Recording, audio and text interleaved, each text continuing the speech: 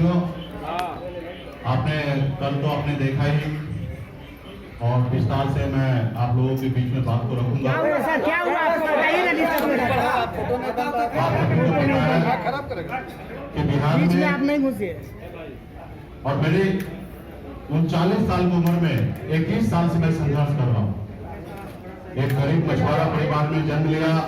18 साल की उम्र में ही मुंबई जैसे शहर में जाकर अपने दिन रात मेहनत करके अपने कामयाबी को हासिल करके बिहार में पिछड़े, दबे कुचले, अति पिछड़ा समाज, निषाद समाज के हक अधिकार के लिए निरंतर बिहार में 6 साल से मैं संघर्ष कर रहा हूँ। और संघर्ष कर और उस संघर्ष में हमेशा हर किसी ने धोखा दिया और मैं आगे बढ़ता रहा।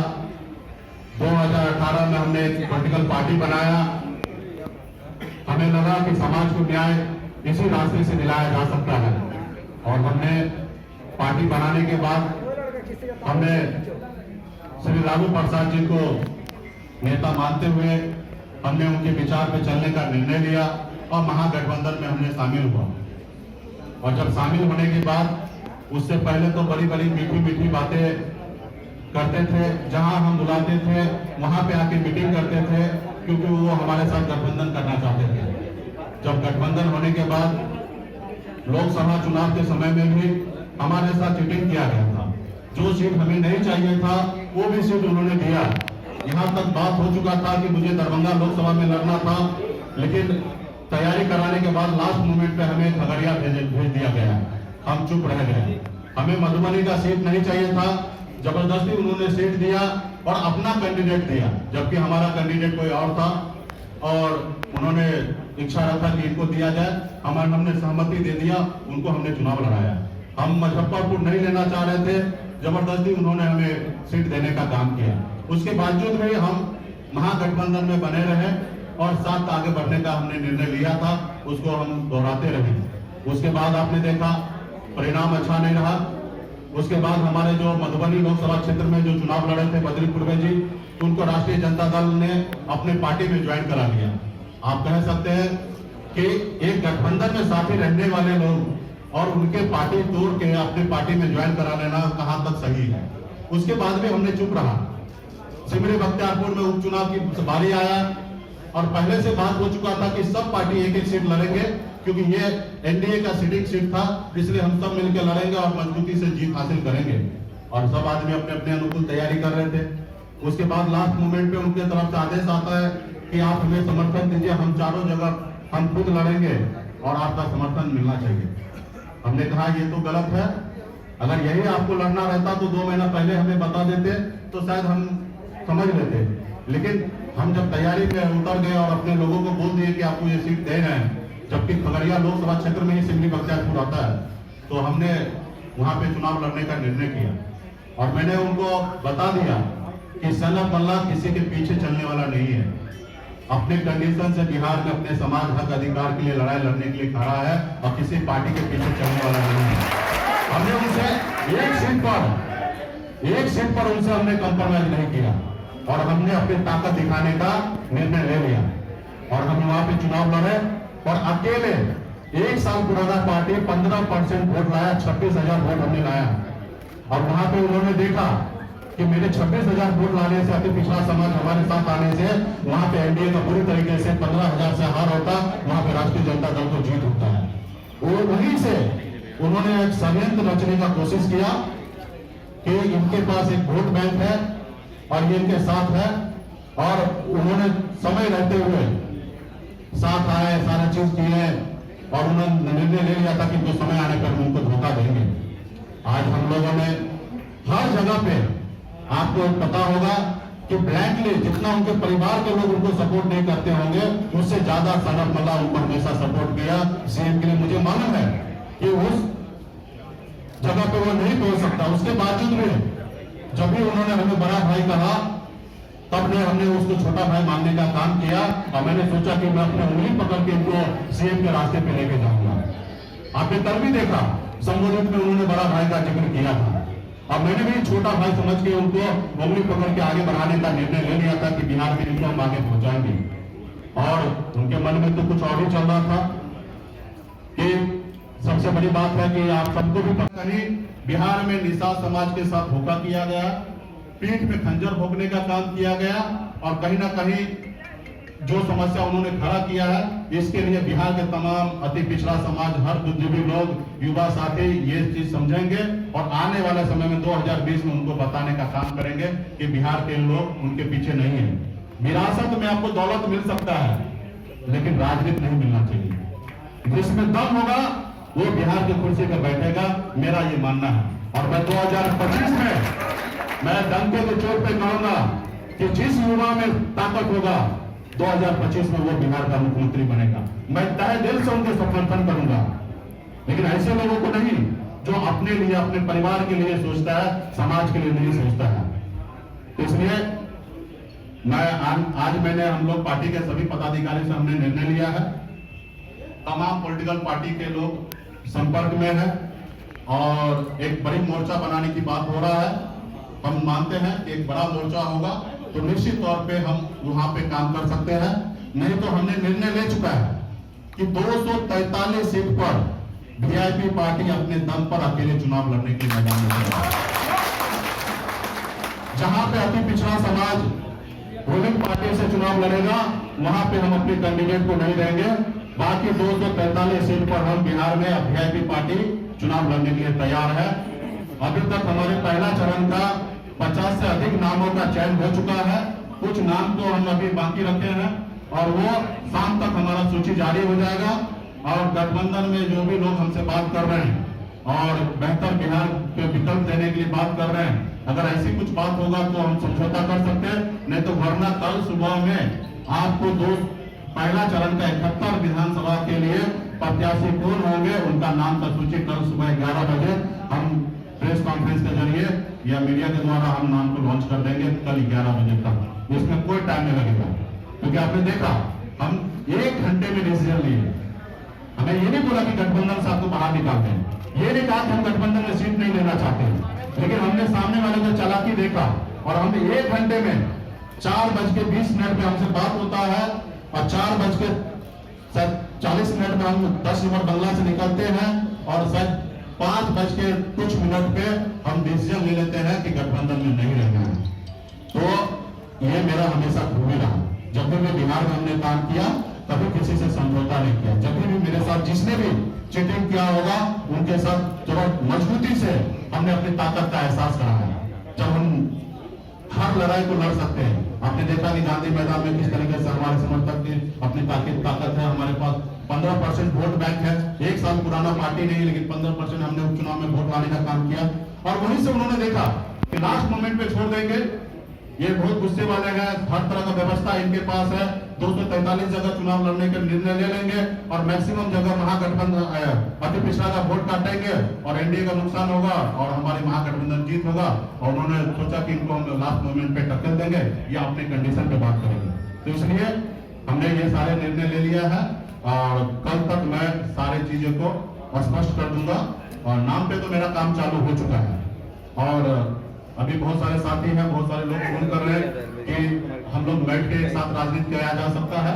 तो हम चाहेंगे कि एक बड़ा रणनीति के साथ काम किया जाए, नहीं तो हम 1-2 पार्टी के साथ गठबंधन नहीं करेंगे, हम अपने दम पे अकेले लड़ेंगे। और हम बिहार में निश्चित तौर पर मेरा मानना है कि जिस हिसाब से बिहार में बन चुका है ट्रायंगल चौंगल, मतलब अलग अलग कैंडिडेट हो रहा है, एक विधानसभा 5-6 रनिंग कैंडिडेट होगा। मुझे लगता है कि 35,000 40,000 जो वोट ले आएगा उनकी जीत हो जाएगा और 25,000 वोट मेरे पास हर विधानसभा 25 से 30,000 है और हम अच्छे कैंडिडेट को सिलेक्शन कर रहे हैं। जहां पे 10,000 5,000 उनके पास पर्सनल वोट होगा, निश्चित तौर पर मेरा मानना है कि हमारे बड़े संख्या में पूरे बिहार में कैंडिडेट जीत के आएंगे और निश्चित तौर पर मेरे बगैर किसी का सरकार नहीं बनेंगे, ये हम लोगों का मानना है और इसके लिए हम लोग आने वाले समय में काम करेंगे। बहुत बहुत धन्यवाद साथियों। आराम से एक करके पूछिए, हम बताएंगे हर चीज। जी नहीं, अभी फिलहाल ऐसी कोई बात नहीं है, हमने रास्ता खोल के रखा है। हमारे पास जो भी जिनको भी बात करना है हमारे कंडीशन पर किसी के साथ राजनीति करेंगे, सामने वाले के कंडीशन पर राजनीति नहीं करेंगे। हमारे उपेंद्र जी से बातचीत जारी है हमने रात में भी बात किया, सुबह में भी बात किया, पप्पू यादव जी से बात किया और तमाम बहुत सारे पॉलिटिकल पार्टी है, सबसे बड़ा बातचीत जारी है। और हमने बोला ना कि 1 दिन का समय हमें चाहिए, 12 घंटे का। अभी से लेकर 12 घंटे में हमने निर्णय ले लेंगे और कल सुबह में हम अपने पहले लिस्ट हम जारी कर देंगे, या कुछ बात बन सकता है तो हम गठबंधन कर सकते हैं। कल सदानंद सिंह और शक्ति यादव दोनों ने कहा कि आपको प्रेस कॉन्फ्रेंस में बुलाया नहीं गया था और जबरदस्ती। आप उनके संजय यादव का कोर्ट पे चले जाइए और आपको दिख जाएगा कि वो बुलाए कि नहीं बुलाए, ये आपको दिख जाएगा कि किसको बुलाए थे। और आपके पास अगर फोटो होगा तो नेम प्लेट में वीआईपी पार्टी का नाम के साथ यहाँ पे लगा हुआ था, आपको पता चल जाएगा कि वो बुलाए थे कि नहीं बुलाए थे। उसके बाद तेजस्वी प्रसाद यादव संबोधित में बड़े भाई मुकेश सहनी करके और उन्होंने कहा कि हमारे पास जो सीट बचा है उसमें से वीआईपी पार्टी को हम 1-2 दिन में निर्णय लेंगे। तो ये आप सबके सामने की बात है। अभी जो लोग ने गलती किया तो स्वीकार करना चाहिए। गलती हुआ उनको बिहार की जनता से भी, पिछड़ा समाज से, निषाद समाज से माफी मांगना चाहिए, ना ही कि बिहार की जनता को गुमराह करना चाहिए। उनसे गलती हुआ, इंसान से गलती हो सकता है। जो इंसान जो सोचे इसका मतलब यही नहीं कि वो जो सोच रहा है वही सही हो सकता है गलती हो जाता है, गलती हमसे भी होगा तो उसका स्वीकार करना चाहिए। उन्होंने कल गलती किया, उसको स्वीकार करना चाहिए। बाकी अभी 50 तरह की बातें कर रहे हैं तो उसका हम क्या कर सकते हैं, 50 तरह की बातें करें। जी क्या आप चिराग पासवान के साथ भी जा सकते हैं क्या? तेजस्वी प्रसाद माफी मांग ले, मैं उनके साथ जिंदगी में कभी राजनीति नहीं कर सकता। राष्ट्रीय जनता दल का नेतृत्व अगर बदलता है, तेज प्रताप जी के अगर हाथ में अगर नेतृत्व जाता है तो मैं भविष्य में सोचूंगा कि उनके साथ राजनीति करनी चाहिए। मैं मेरे तेज प्रताप जी से इस सबको लेकर कोई बात नहीं होता, लेकिन व्यक्तिगत मेरा अच्छा संबंध है। जब भी मिलता हूँ बहुत अच्छे रिस्पेक्ट के साथ बात करते हैं। उसमें मैंने बहुत सारा बेहतर क्वालिटी देखा है। अभी लोगों को अलग अलग क्वालिटी दिख रहा है, लोग जानबूझकर उनको इस तरीके से प्रोजेक्ट किया जाता है कि कल जाके ये मेरा जगह न ले ले, लेकिन सच मायने में देखता हूँ कि वो आदमी बहुत ही अच्छे हैं। लोग उन्हें परेशान किया जा रहा है, उनके घर में ही लोग उनको परेशान किया जा रहा है। जब भी राष्ट्रीय जनता दल का नेतृत्व जब तेज प्रताप जी करेंगे तो भविष्य में मैं सोचूंगा। मैं चिराग पासवान जी के साथ भी जा सकता हूँ, लेकिन 243 के नाम पे जा सकता हूँ, 145 के नाम पे नहीं जा सकता। ये हमसे क्या पूछ रहे हैं? आप लोग को भी पता है कि बिहार में सच्चाई क्या है, और मैं तो कह रहा हूँ कि उनके परिवार के लोग उनको परेशान किया जा रहा है। कल 2-3 कैंडिडेट को टिकट नहीं दे सकते हैं आप, जो पार्टी का घर के मालिक है, आप उनको 2-3 टिकट नहीं दे सकते हैं। आप छोटा भाई होके उनके ताज को भी अपने सर पे पहनना चाहते हैं, चलिए कोई बात नहीं, आप उनको 2-3 टिकट नहीं दे सकते। लोकसभा में भी आपने देखा। टिकट किस लिए? बेचने के लिए क्या? क्योंकि खरीद फरोख्त तो हो रहा है। ये कौन नहीं कर रहा है? अगर राष्ट्रीय जनता दल में कौन नहीं कर रहा है वो मेरे को बता दीजिए कि कौन नहीं कर रहा है। यहाँ डिस्को मार्ट में एक दुकान लग चुका है और ये पूरा बिहार को जग जाहिर है। अगर उस तरीके से आपने पहले इसका विरोध क्यों नहीं किया? जी हाँ, अगर आपको इसकी जानकारी थी कि खरीद फरोख्त हो रहा है तो देखिए आपने विरोध क्यों हम नहीं अपनी किया? पार्टी के बारे में बात कर सकते हैं, दूसरे पार्टी के बारे में आंतरिक मामले में हम नहीं जा सकते। हमें बिहार में गठबंधन की राजनीति होता है, हम मानते हैं कि हम अपने दम पे बिहार में विकल्प नहीं दे सकते, तो इसलिए हम लोग समझौता करते हैं कि कुछ जगह आप लड़िए, हम आपको मदद करते हैं, कुछ जगह हम लड़ते हैं, हमें आप मदद कीजिए। उनके पार्टी में क्या चल रहा है इससे मेरा कोई लेना देना नहीं रहता है। लेकिन आपके पास जब भी एलिगेशन लग जाए, इस तरीके से बात आ जाए, तो आप लोग सवाल कभी भी उठा सकते हैं। अभी तो हमने कहा ना कि हम 3 लोकसभा लड़े थे, जहां पे एक जगह मैं खुद लड़ा था, एक जगह हमारे राजभूषण जी लड़े थे, और तीसरी जगह जहां कैंडिडेट था वो मेरा कैंडिडेट नहीं था, वो राष्ट्रीय जनता दल का था। तो अभी तो हमने चुनाव मैदान में उतरा ही नहीं, जब भी उतरेंगे और आप लोगों के बीच में ऐसी कोई बात होगा तो हमसे सवाल आगे कीजिएगा। अगर बीजेपी तेज प्रताप जी को ला रहे हैं बीच में, दोनों भाई के दरमियान झगड़ा कराना चाहते हैं, अपने सियासी फायदे के लिए आपको बुला रहे हैं। मुझे जो सही लगा वो मैंने बात रखा, उसको आप किस एंगल से लेना चाहते हैं। मैं तो आज उनके परिवार के कुछ लोगों को अच्छा तो मानते हैं ना। हमने पहले भी कहा कि लालू प्रसाद जी को मैं बहुत मानता हूँ, उनके विचारधारा से जुड़ने के लिए मैं राष्ट्रीय जनता दल में आया हूँ। आज शायद लालू प्रसाद जी रहते तो शायद ये नौबत नहीं आता। ये हमारे कांग्रेस पार्टी के बड़े पदाधिकारी नेता शक्ति सिंह गोयल जी भी ने इस बात को जाहिर किया। ये बात सच्चाई है कि अगर आदरणीय श्री लालू प्रसाद जी रहते तो इस तरीके का बातें नहीं होता। तो कुछ लोग अच्छे हैं और कुछ लोग गलत है, तो उसका तो विरोध होना चाहिए। और आप नंबर बोलना था, आपने नंबर नहीं बोला। आपको जो चीज वादा किया था उसको आपको वादा पूरा नहीं किए, तो कहीं ना कहीं गलती आपने किया है। तो हमने अगर अभी मैं अगर गठबंधन से बाहर निकलने का निर्णय लिया तो बिहार की जनता को भी पता चलना चाहिए कि मैं गलत हूँ या सामने वाला गलत है। अगर मैं गलत हूँ तो आप सत्य गोयल सिंह जी से आप पता कर लीजिए, मैंने अपने पार्टी का राष्ट्रीय अध्यक्ष उनको बनाने का निमंत्रण दे दिया। अब कोई ऐसा कर सकता कि बिहार की राजनीति में अपने पार्टी का राष्ट्रीय अध्यक्ष किसी और पार्टी के लोगों को बोलेगा आप बन जाइए। हम इतना क्या किए, हम 2 दिन पहले दिल्ली जाकर उनको मनाए। कोई गठबंधन में ऐसा हो सकता है कि अपने साथी को अपने गठबंधन में जोड़ ले, कोई गठबंधन में किसी साथी को बोल के दूसरे गठबंधन के साथी को पार्टी के लोगों को गाली दिलवाए, उनको टाइट करने के लिए उनको अनाप शनाप बुलवाए, ये सब चीजें गलत था। और मैंने हर जगह पे सही करने का निर्णय लिया था कि सही करते हैं और आगे बढ़ते हैं, और हम सही करते करते आगे बढ़ने का कोशिश कर रहे थे। लेकिन एक समय हो जाता है, वहां पे आपको निर्णय लेना पड़ता है।